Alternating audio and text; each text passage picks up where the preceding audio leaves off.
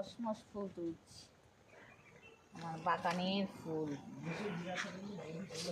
কি সুন্দর। হ্যাঁ,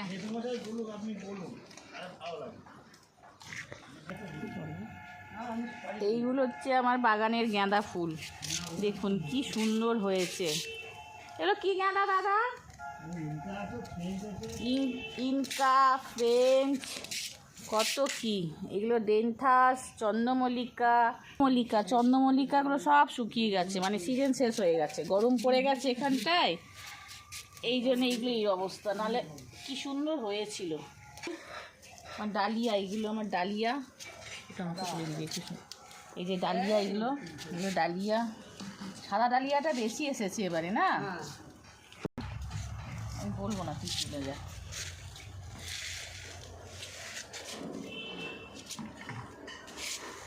কি সুন্দর গোলাপ, অনেক হবে না, হবে তো ঠিকঠাক।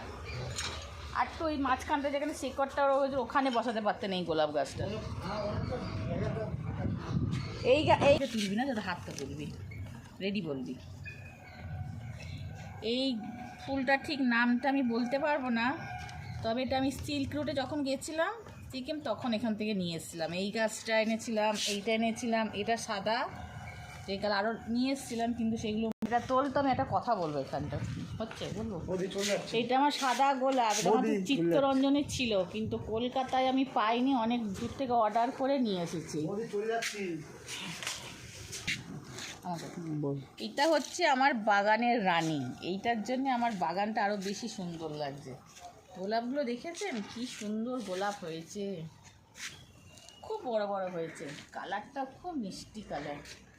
এইটাই একটা কালার, এই কালারটা আরও মিষ্টি, এটা তো আরোই মিষ্টি কালার, খুব সুন্দর, অনেক দিন ধরে ফুটে আছে। এবার এটা ঝরে যাবে, এই ঝরে যাচ্ছে, এবার এটা ঝরে পড়ে যাবে।